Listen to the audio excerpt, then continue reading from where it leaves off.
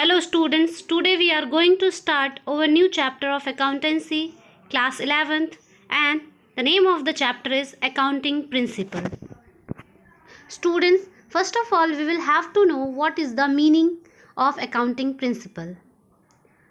We know that accounting is based on some rules and regulations. That rule is very essential for the various users of the accounting, like for investors, for proprietors, for government, for bank, and for creditors. So it is necessary that to prepare that rules in standard language and set rules, that is called accounting principles. These rules are usually called generally accepted accounting principle, the short form of this GAP. Why we will call them generally accepted accounting principle? Because before this every country has its own rules and regulation. Now the rules are same for all the countries. That's why we will call them generally accepted accounting principles. So students, here some natures and characteristics of accounting principles are given that the first characteristics is accounting principles are uniform set of rules. It means that the rule of accounting principle are same in every country, and that can be easily understandable by the person. Second point is accounting principles are man-made. Accounting principles are man-made and derived from the experience and reason. These are not laboratory tested. These are made by experience. Accounting principles are flexible. It means that with the passage of time, you can change the accounting principle. In simple words, accounting principle can be changed according to the change in the time. So that's why we will call them accounting principles are flexible. Accounting principles are generally accepted. It means that accounting principles are based some guidelines, and that guidelines easily accepted by the all the countries. But here three criteria exist. The first one is relevance.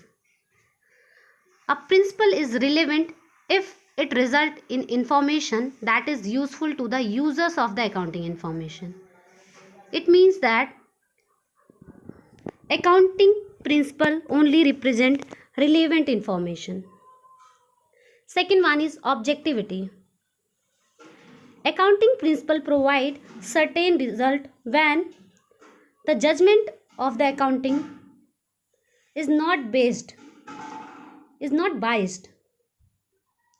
It means that all the rules and regulations are same for every transactions. Feasibility. Accounting principle can be applied without complexity. Kinds of accounting principle. There are major two kinds of accounting principle. The first one is accounting concepts or assumption, and the second one is accounting convention. Now we are going to discuss accounting concept.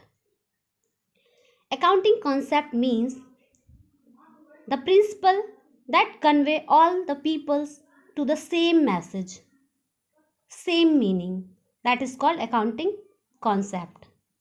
Here some accounting concepts are given that going concern concept, consistency concept, accrual concept, business entity concept, money measurement concept, accounting period concept, cost concept, dual aspect concept, revenue recognition concept, matching concept, and objectivity concept. So one by one we will discuss all the concepts. First of all, going concern concept.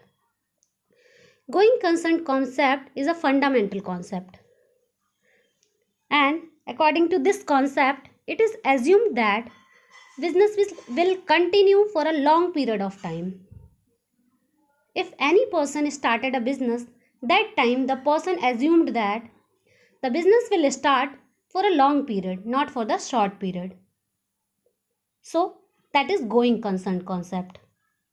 And according to this principle, if any owner purchase machinery for the 10-year, that means the owner suppose that the business will continue for a long period of time in future. That's why he will invest many rupees in the machinery for the 10-year due to the going concern concept.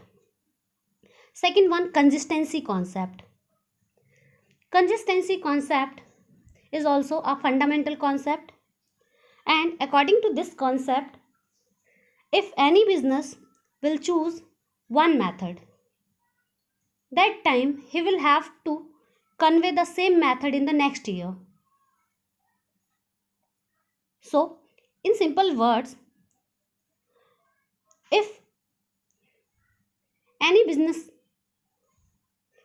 wants to choose any method, that time several methods are available.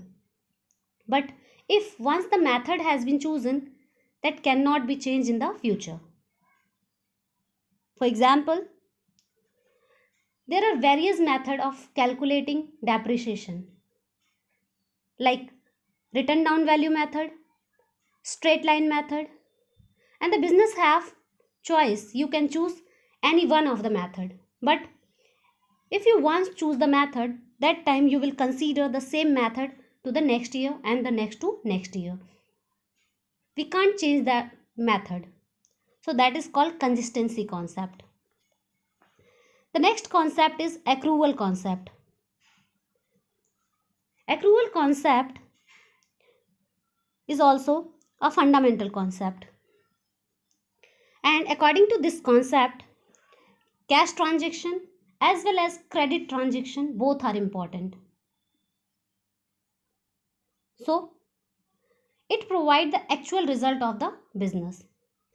Cash concept does not provide actual result, but the accrual concept provide actual result of the business, because in accrual concept, cash as well as credit, both the transaction are included.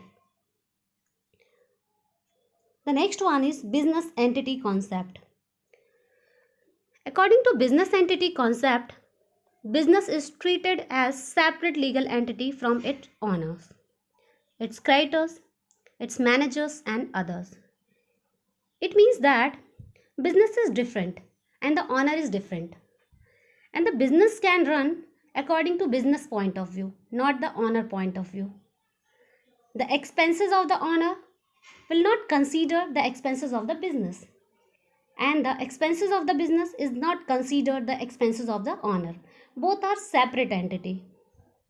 For example, if any goods are purchased for the business, that is expense for the business. But if the goods are used by the proprietor or owner for the personal use, that is not expense, that is treated as drawing. So according to this concept, business is different and the owner is different. The death and insolvency of the owner does not affect to the business. Business will continue in the future. It will not affect it from the death or insolvency. The next concept is money measurement concept. According to this concept, only those transactions and events are recorded in the business which are expressed in the terms of money. An event which is very important is not considered or recorded in the books of the business if it does not measured in the terms of money. For example, producer is very important in the business, and the production manager is also very important in the business. So production manager is also important and sales manager is also important, but the quarrel between production manager and sales manager is not important, because the fight between production manager and sales manager are not measured in terms of money. So it is not recorded in the books of accounts. Only those transactions are recorded in the books of account which can be represented in the terms of money, like building, furniture, cash, machinery. accounting period concept. It is also very important concept. According to this concept, business will continue for a long period of time and the actual result can be find out when the business will end. But when the business will end, that is too late for the correcting activities. So the whole period of the business can be divided into smaller parts. That is generally 1 year for correcting activities and for ascertaining the profit. It means that suppose if we start a business for 25 years, so the actual result we will find out after 25 years. But after 25 years we find out that there are some errors. So we can't take corrective activity. So due to this, we will divide all the 25 years into smaller parts, generally in 1 year. That is started on 1st April every year and will end to the 31st March in the next year due to correcting activities. With this, we can change the method that is wrong and we can consider what is the actual profitability. The next concept is cost concept or historical cost concept. That is also very important concept. According to this concept, if business purchase any assets, that is recorded on the books of accounts, on the book value, not the market value. For understanding the concept, let's take an example. Suppose if a business purchase a building for rupees 20 lakh in the year 2012, but after 2 years the market value of the building will become 60 lakh. But in the books of account we only record 20 lakh rupees, that is book value. We cannot record the building at market value. So according to this concept, in simple terms, the assets of the business are recorded in the books value, not in the market value. And all these concepts are very important according to examination point of view, and the remaining concept we will discuss in next video.